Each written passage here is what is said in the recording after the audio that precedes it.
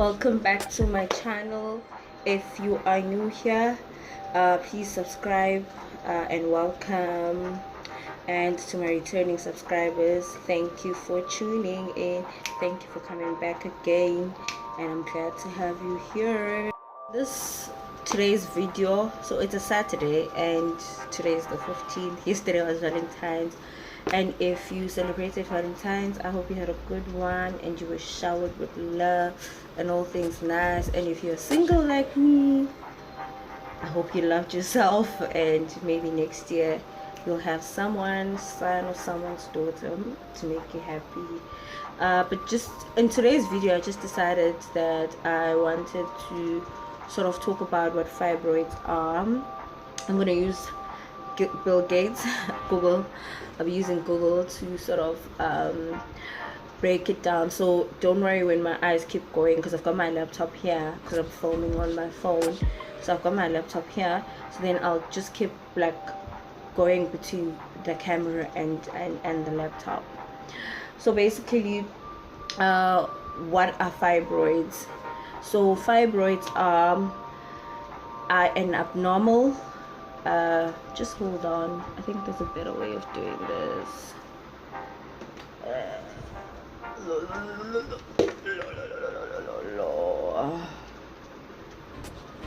Okay, yeah, so I think I found a better way to do it so that you guys don't say I don't look at you. So anyway, fibroids are abnormal growths that are developed in or on a woman's uterus. Sometimes these tumors can become large and cause severe abdominal pains and heavy bleeding. In other cases, they cause no signs or symptoms at all.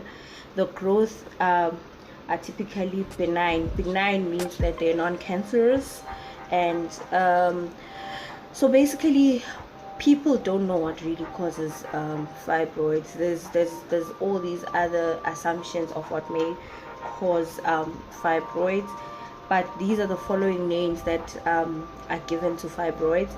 So you've got leiomyas, myomas, and uterine myomas, and fibromas. Those are the four names that are medical terms rather that fibroids are called. And then moving over to the types of fibroids. So there's different types of fibroids depending on which area of the uterus or the reproductive system they're currently located at. So you've got ultramural fibroids.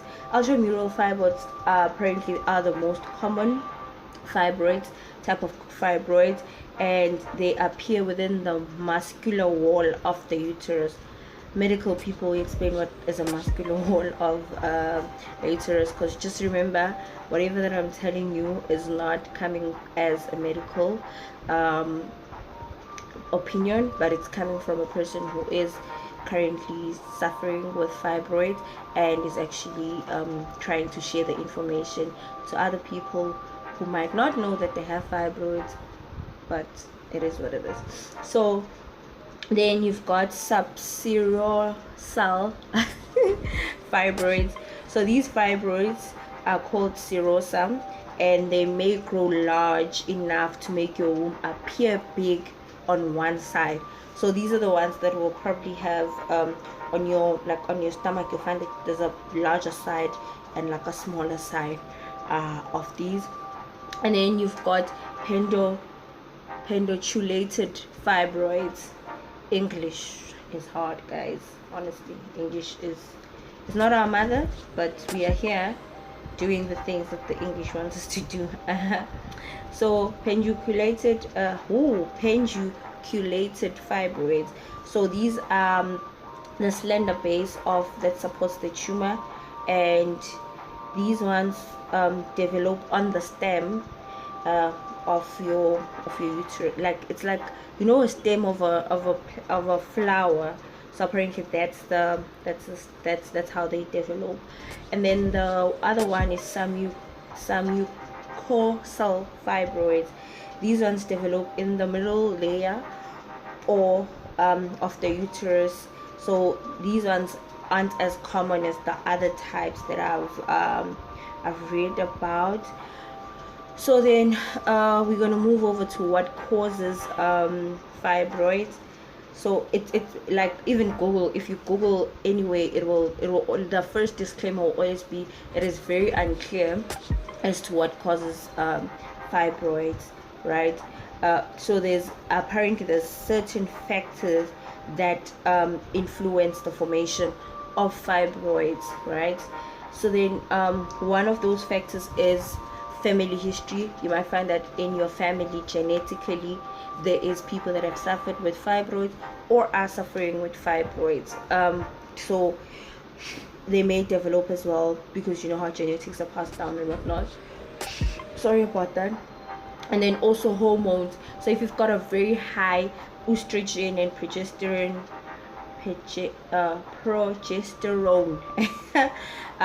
if those are the hormones that are developed by the ovaries, right? So they cause the uterine lining to generate menstrual cycles. So if you've got a high hormone production or whatnot, so that can also cause fibroids. And then another factor that has been highlighted is pregnancy, right? So they say that because pregnancy increases the production of estrogen and progesterone in your body, that could because basically fibroids feed off hormones.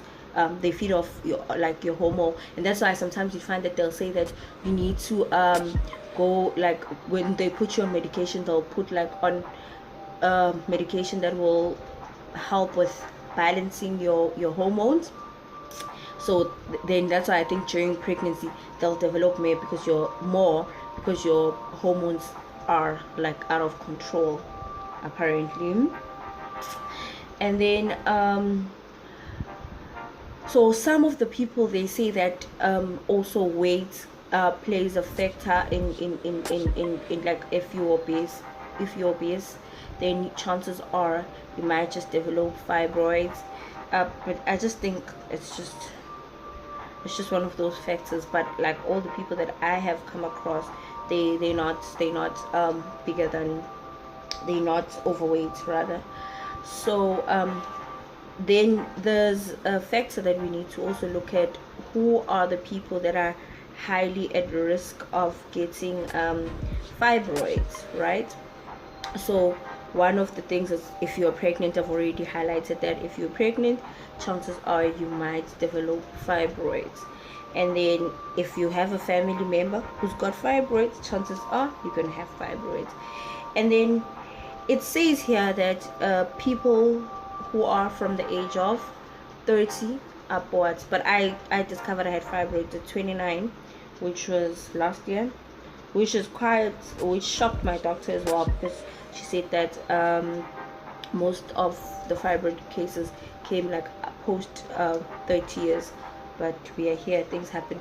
And also, if you're gonna Google, right, so if I might just tell you which site I got this information from. I got it from Healthline, and with all the research that I've done, in everywhere it will always say African American women, because I feel like there's not enough knowledge and like information for Africans per se with regards to fibroids. So that's one of the reasons why, if you haven't watched my other videos as to why I started a YouTube channel, you can go back. I already have 3 videos up. I've got a get to know me tag, I've got how I found out I had my fibroids, and then also spending a few days with me while I was going through my periods.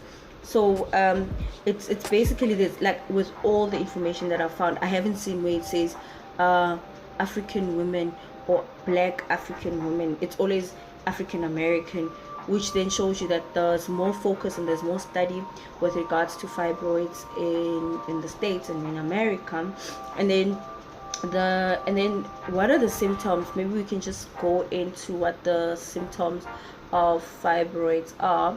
So the symptoms of fibroids, for me, I always had very intense pains in such a way that I'd want to lie on the tile, like on the tile on the floor, because my body would hit up and all of that. And some of the people that I've also spoken to share the same sentiments as well.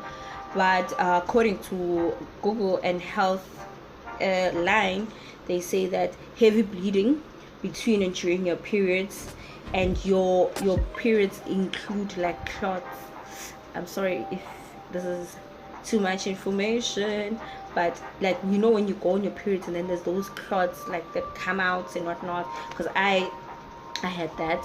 And then when there is also pain in the pelvis area or lower back, when you've got pain and you feel like, yo, why do I always have pain in my back? And also, if I can just step back a bit, and with regards to heavy periods, I realized that when I used to have like my horrible heavy periods and whatnot, my mom was always like, no, you know what, I also had the same issue until I gave birth to you, so yeah, I think it'll go away, these things happen. And also, I think for me, I didn't have an idea of what a normal period pain is. So I think that's sort of like, I was like, okay, it's normal for me to go through this pain, it is what it is.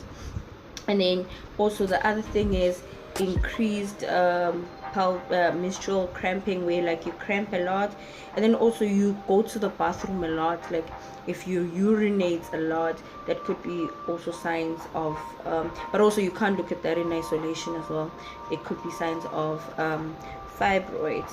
And then also when you experience pain during intercourse, yeah, if you are sexually active, and yes, if you experience pain during sexual intercourse, it could be that you may have fibroids.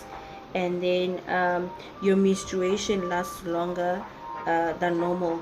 So also I'm still trying to find research. I think I'll just speak to the doctor and ask if she can sort of like break it down to me. What is a normal period, firstly, like how is a normal period, and then like what is the standard period of like how long should your periods last.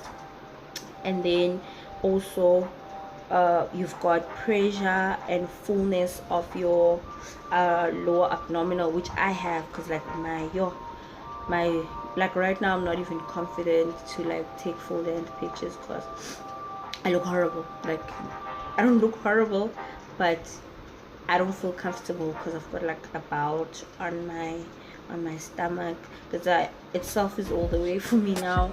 But I'm working on that. I'm working on not allowing this to sort of affect the quality of life that I have. But it's very tough. It's very tough. Because like so if I can just also give a breakdown, like I was very active, like before I found out about my fibroids. I was like very active. I was a runner. I was like doing all the things. Like I ran 21Ks. I don't know how many 21Ks I ran. I ran Soweto. Like I was very active, and I was like going to the gym a lot. But it is what it is. So there's so much that you can do as a person to prevent sickness or illnesses. And then also the last one is swelling and enlargement of the abdominal. So you must never like underestimate that, because with me I had that, but I thought, it's a fupa. A fupa is like the lower, and like there was a time when I was losing weight, but that was still there. But I just thought, man, it's like a fupa. So I think we need to be more aware of our bodies and know our bodies, and like have awareness on what is normal and what is not normal. And then just moving right along, I digress. How are fibroids diagnosed? So fibroids are usually diagnosed by going to a gynecologist who's going to do a pelvis exam or check. So where they'll check the condition, the size, the shape of your uterus, and then there's other tests that they may be done, which is one of them is an ultrasound. An ultrasound is like a sauna. I think that's the other word medical people will say, where you'll put under a scan and then they'll just check like your abdominal area, and then they'll see what is normal and what is not normal. and then they'll tell you if there's any fibroids that are present or not. And then another one is a pelvis MRI. I want to do a pelvis MRI, but I can't afford it now with my own money. So which is like an in-depth test that produces pictures of what the uterus looks like and whatnot. And then sorry about that. So I've been sick. The last time I went to work was, so I went to work on Monday, and then Tuesday I left early because I was very sick. I had like, if you watched my previous video, I told you that I had period pains and I was going through a lot of pain. So like the pain got really worse. Like I was dizzy and like almost fainting and whatnot. And then I left work early on Thursday. Then I went to go see a doctor, and then they gave me medication and whatnot. And then I found that I could have UTI. UTI is urinary tract infection, whatever that is. So my doctor just put me through medication and some antibiotics as well. So yeah, so basically I haven't been feeling well, but today I decided I'm gonna bath, look good for you guys, put on some hoop earrings, some pink what, and come and shoot this video. So basically, what are the treatments for fibroids? So there's home remedies that, but you can Google that because I haven't tried any home remedies, so I wouldn't be suggesting things to you that I don't know about. So but however, your medical doctor can always tell you what is the medication that will help you specifically for your specific case.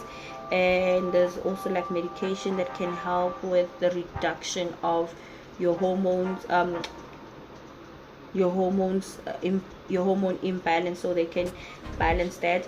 And then just basically, I think with regards to medication, see your doctor. That is the best advice I can say, because not all cases are the same.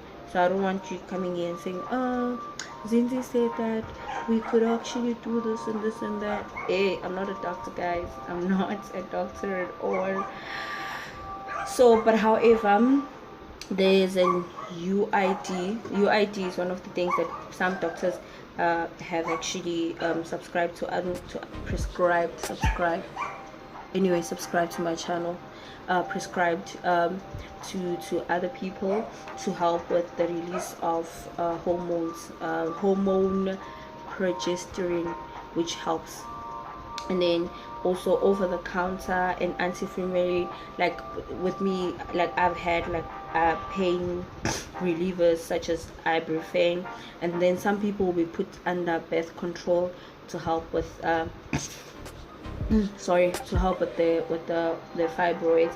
And then there's surgeries that can be done to remove your fibroids. So one is a myomectomy. Myomectomy is an open surgery where they open you up, they cut you, they open you up, they open the area where it is, they take out the fibroids. That is one. And then there is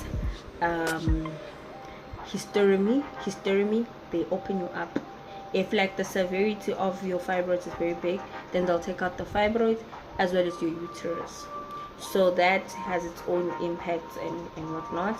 And then there's also something called laparoscopy. Laparoscopically. So there's a laparoscopic English, that surgery, which then they access the fibroids like on your abdominal side.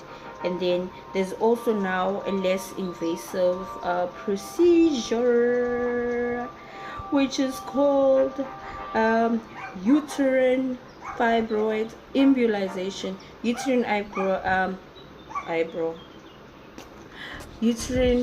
fibroid embolization is basically a procedure where it's less invasive. So it depends on where the doctor decides to go. They'll open up a hole, put in a wire that goes straight into where your fibroids are, and then they cut the blood supply to the fibroids, and then they shrink, and then they die. which is what I am hoping I will qualify to do, because I'm only 30. I don't have kids, and I have not thought about whether I want kids or I do want, whether I don't or I want kids, but I wouldn't want to make a decision about that right now. I've been talking for a while now. So that's basically it with regards to my research, and also breaking it down for you on what fibroids are. But I suggest that you also Google, you see a doctor, you do the things. So please suggest on what you want to see in the next video. Please let me know what you want, and please don't forget to subscribe. Yes, subscribe, but please don't forget to comment, like, tell me how you feel. What are you going through right now with your fibroids? Because I'm going through the most.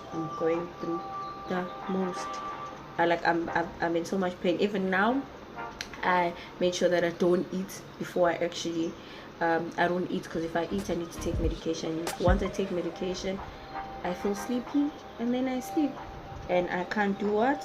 I can't do a video for you guys. So I'm going through the most, but I'm glad for my support structure, which is my family. They've been the best, and my friends as well, and someone else. Guys, like I said, I'm single, but we move. Yo guys, I hope I hope you guys got something yesterday, because at least my employer gave us chocolates, as well as some like small oil perfume, which I thought was very sweet. So I was very happy about that, since I didn't get anything from anyone's son. But anyway, we're not here for that. We're not here for Valentine's and whatnot. We're just here to have better health, and to actually have a good quality of life. I wish you all the best and have a great day. See you in the next video.